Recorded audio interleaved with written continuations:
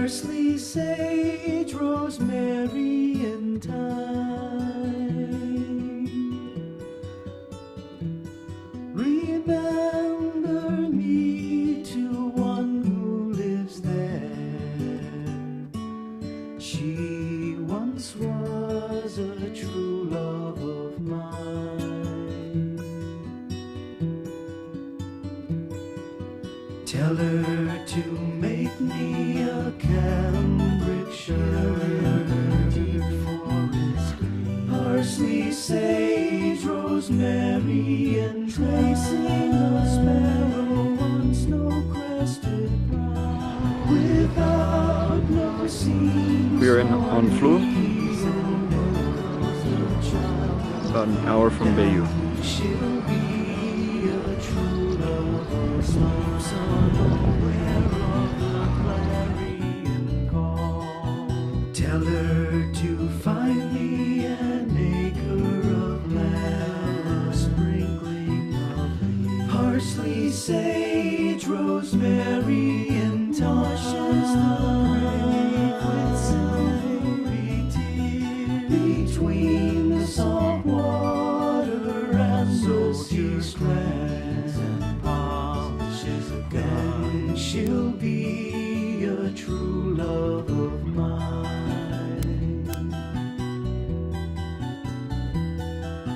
Tell her to reap it with a sickle of blazing scarlet battalion. Parsley, sage, rosemary. This is one of the several invasion beaches from D-Day. This is actually the British invasion site. This is called Port Winston. There was a particularly difficult obstacle that the invasion forces, the Allied forces, had to overcome in order to invade France, and in order to land all of their artillery, their tanks, their infantry, their supplies. And that was simply that the Nazis had fortified all of the harbors, and there was no way we were going to get access. Actually, we tried, and it was failed. So we needed to go to an area where there was no harbor. Problem is that on the northern section of France, you have the English Channel, which is notorious for having bad weather. So you needed to have a safe way to get everything onto land. You can't just take a huge ship and unload. So the British came up with this idea to make this artificial harbor. And what you're looking at here are these concrete slabs. Some of them are actually ships that were sunk. I believe there were 17 ships that were sunk. These are all concrete slabs. These were made over across the English Channel in England, and they sunk them underwater so that way any spy planes wouldn't be able to see them and no one would know what they were for. They then surfaced them and they barged them. They actually floated them across the English Channel and sunk them all in a row to make a harbor. Then they allowed the ships, and actually right there I think I just flew over one of the ships that was sunk. Then they actually let all the ships in, and they made an artificial floating road that allowed all of the wheeled vehicles. There's a ship right there I'm going over, but allowed all the wheeled vehicles and all the supplies, everything to come off. This harbor was actually made in 11 days. The Americans were simultaneously making their own harbor, but there was a big storm, and this harbor stood up to the storm, whereas the American harbor completely failed. It's a little too fast, but that little boat right there, they were actually waving as I passed by, or pointing, I should say. They actually did see the drone. So they were able to unload all the supplies. Now here you can see I'm really far away. This is the furthest to date that I'd ever flown my quadcopter, and I must say I was nervous, but the whole time I'm actually seeing the footage, and I knew it was pretty safe, and it came out spectacular. I took another flight. This one is right over the town of Arromanches, which overlooks the Port Winston, the British invasion beach. I flew over to the cathedral. It's very pretty. Coming around back of the cathedral, there's a nice view of Port Winston. You can actually see the horseshoe shape of the harbor You know, when I was flying out initially, I looked down at the distance, and if I recall correctly, I think it was over 8,000 feet. So we're talking, you know, well over a mile out to reach that first concrete slab. And then coming back, you saw that long fly back. Overall, though, just the views, the scene, just a great place to visit. So in the distance there on the right, you can see Arromanches. That was the site you just saw where I flew the drone out over the artificial harbor that the British had made. This here is called, if I'm saying it right, Longueuil-sur-Mer. It's the town nearby is called Longueuil-sur-Mer, and this is a gun battery that was operated by the Nazis during World War II to try to fend off a seaborne attack. What you're looking at here, this is the telescoping tower. So this is right against the cliff, and in a second you're going to see there's four gun bunkers, casemates in the back here, and these can shoot approximately 11 miles away from the shore, so they would fend off any seaborne attack. Now this had to be overcome. This is actually on the American side, the American beaches, I believe it's Omaha and Gold beaches, and it was actually with the help of the British that these were finally overtaken by a couple of their ships. I know one of them was called the Ajax, but there was a couple of ships which helped bombard this point. There you get another view of the bunker, which was the feed point of information for the artillery that was behind. Now the artillery couldn't even see into the water because they were just really a football field or more behind, and they couldn't get a view into the water. So they were getting information about range and distance, and angle in order to make their shots. This is one of the only sites where there is still the artillery. The actual metal is there. They didn't scrap it. A lot of that was actually scrapped during the war, but not at this site. So you can still see the artillery.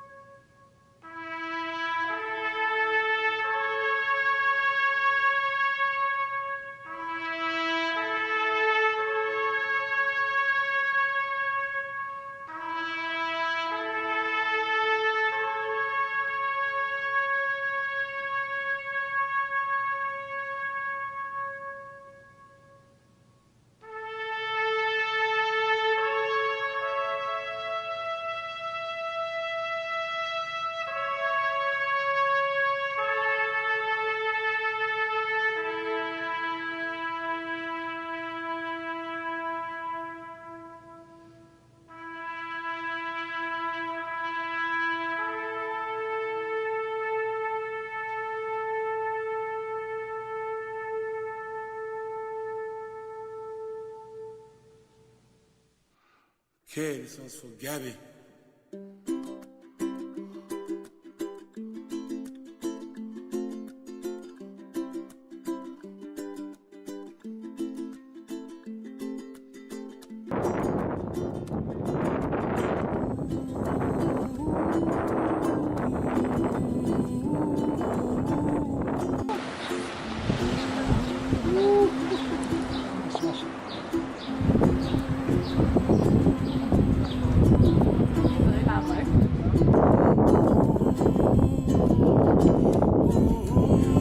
Right there you can see the shadow from the peak.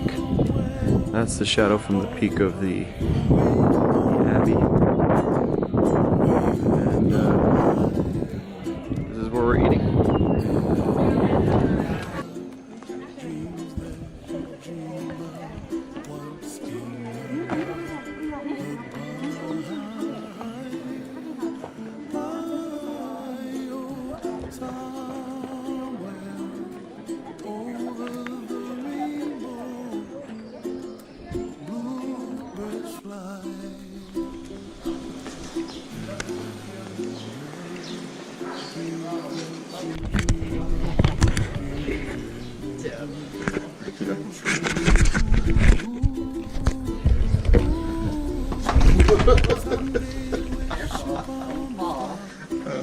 Now looking at my feet.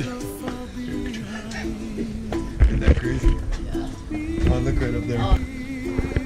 There are actually doors here, which is just nice. Top, that's where you find me, oh, somewhere over the rainbow. Bluebirds fly,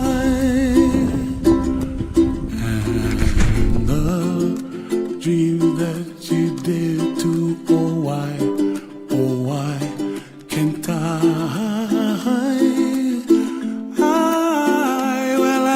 Trees of green and red roses too. I watch them bloom for me and you, and I think to myself, what a wonderful world. Well, I see skies of blue and I see clouds of white and the brightness of day. I like the dark and I think to myself, what a wonderful world. The colors of the rainbow, so pretty in the sky, are also on the faces of people passing by. I see friends shaking hands, singing, how do you do? They really say, I love you. I hear babies cry and I watch them grow. They'll learn much more than we'll know, and I think to myself, what a wonderful world. Someday I wish upon a star, wake up where the clouds are far behind me, where trouble melts like a lemon drops high above the chimney top. That's where you find.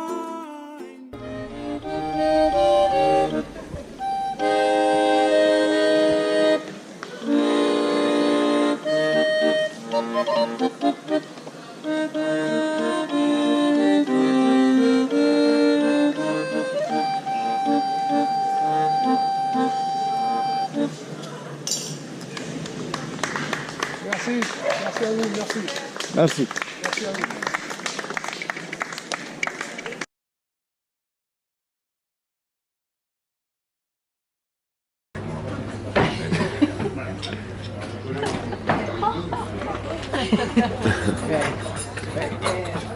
Act normal, guys. We got on the plane, and I'm like, we're like, be cool.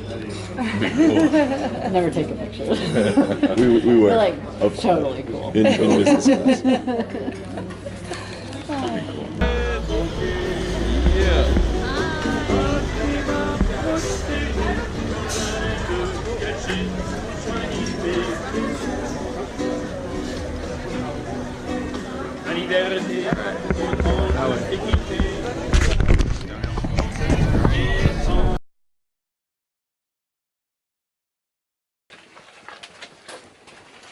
You see this song?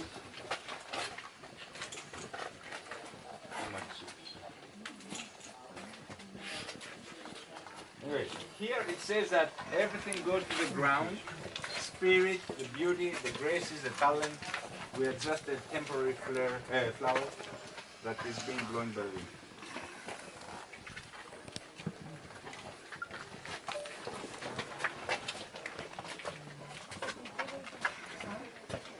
Look how big it goes. Look at the beautiful corridors that they have made and the curves. And we see here a cross. These are mostly.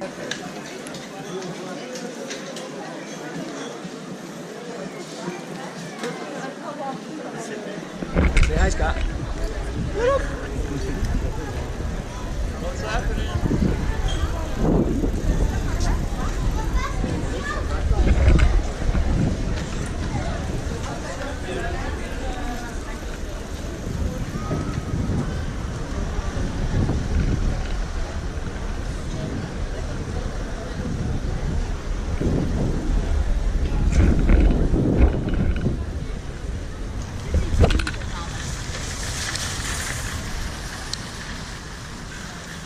Twenty, 24 hours ago, I'm on a piece of Jaden.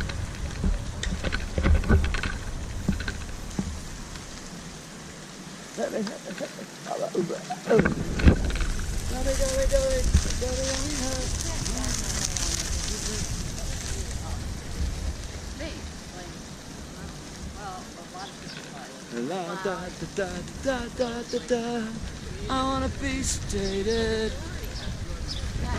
Oh, that's awesome.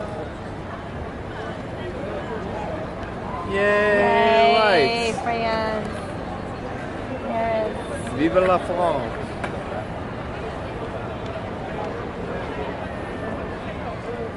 Oh, it's sparkling. Sophie. Ow, ow. Hey, what's up? Say hi. Hi, Paris. Here we are in Paris. Vive la France! Do you really want hello? Let me tell you, girl, the right around me. You got me going crazy. Turn me on, turn me on. Hey, Miss Fatty Fatty, you a murder. Female of the waitress and the tanner. Under damn lava gala yellow, you a burn up. You a burn up, you a burn up. Hey, Miss Fatty Fatty, you a murder. Female of the waitress and the tanner. Under damn lava gala yellow, you a burn up. You a burn up. Laisse-moi zoom zoom zip, dans ta belle belle, garde que tu whines, je comprends pas ça me ding ding ding. Laisse-moi zoom zoom zip, dans ta belle belle, garde que tu whines.